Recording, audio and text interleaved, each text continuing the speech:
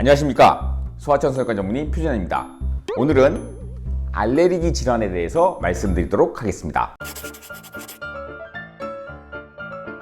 천식의 증상은 이제 숨이 차면 코로 공기를 들이마시지 않고 입을 벌리고 입으로 이제 구강호흡을 하게 되죠. 그러면 이제 찬 공기가 바로 기관지로 넘어가게 돼서 기관지 수축이 일어나게 된단 말이에요. 그래서 어떤 운동을 하거나 신체 활동을 좀 과하게 할 때라든가 어떤 뭐 자극성 물질, 알레르긴 이렇게 천식을 유발할 수 있는 물질을 우리가 흡입을 했을 때 증상이 확 나타나는데 막 아주 심하게 기침이 막 발작적으로 나오죠. 그런 기침과 그 다음에 천명, 쌕쌕거리는 소리, 그런 천명이 생기게 됩니다. 이게 좀 더 진행이 되면 호흡기가 이제 좁아지게 되죠. 공기가 들어가기 힘들어지죠. 그러면서 이제 호흡곤란과 공기가 잘 못 들어가니까 아이를 이렇게 벗겨서 이렇게 가슴을 보면 흉부 칸몰이라 가지고 갈비뼈 사이가 쑥쑥 들어갑니다. 그리고 겉으로 기침도 별로 없고 그렇게 별로 이렇게 숨쉬기 힘들어하는 것 같지 않은데 우리가 진찰을 해보면은 천명이 들리는 경우가 있어요.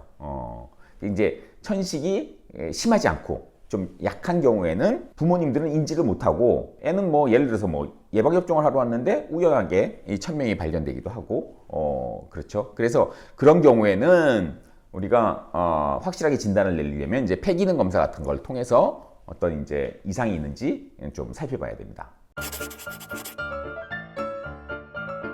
천식 증상이 생겼다고 해서 바로 이제 응급으로 우리 소아청소년과에 와야 되는 경우는 아니고 이런 증상이 생겼을 때는 무조건 빨리 소아청소년과에 와야 된다 하는 것들이 있어요. 첫 번째는 아이가 호흡곤란이 있는데 점점 심해지는 것 같아요. 처음에는 그냥 쌕쌕거리는 정도만 했는데 나중에는 이제 보니까 흉벽 칸몰이 막 되고 애가 숨쉬기가 굉장히 버거워지는 산소가 부족하니까 어떻습니까? 숨을 굉장히 가쁘게 쉬고 또 숨을 내쉴 때 신음소리가 들려요. 숨을 내쉴 때 하는 신음소리가 하고 이렇게 신음소리가 더 강하게 나오는 거죠. 왜 그러냐면 가슴 속을 생각해 보세요. 숨을 들이마실 때는 이 흉곽내가 음압이 되잖아요. 이렇게 벌어지게 돼 있죠. 음압이 걸리니까 기관지도 좀 열립니다.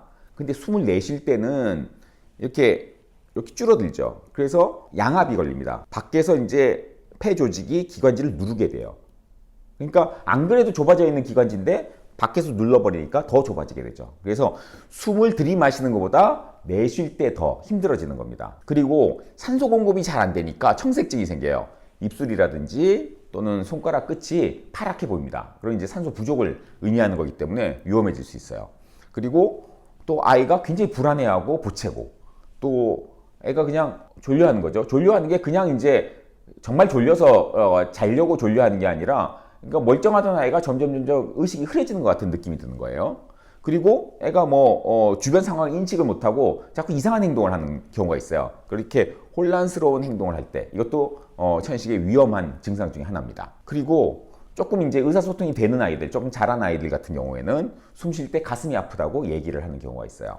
그런 경우라든지 또 보통 천식은 열이 나지 않습니다. 보통 알레르기성 질환들은 열을 동반하지 않아요. 근데 아이가 열이 나고 기침이나 천명이 계속되고 어떤 우리가 이제 천식 치료에 쓰는 그런 약물들의 반응이 없다든지 이런 경우라면은 다른 세균이나 바이러스에 의한 감염이 동반되었을 가능성이 있기 때문에 빨리 소아청소년과에 방문을 해야 되는 거죠. 그리고 아이가 구토를 반복하고 약도 못 먹고 물도 못 마시고 너무 이렇게 심하게 토하는 바람에 이런 경우라면은 집에서 어떻게 치료하기가 어렵잖아요. 빨리 병원에 데리고 오셔야 됩니다. 그리고 천명이라든지 기침이라든지 호흡곤란이 굉장히 심해서 아이가 말을 못하고 또 잠도 못 자고 계속 보채고 하는 경우가 있어요. 이것도 아주 심한 천식 증상이기 때문에 이런 경우에는 더 이상 지체하지 말고 빨리 소아청소년과에 와서 진료를 받아보셔야 합니다.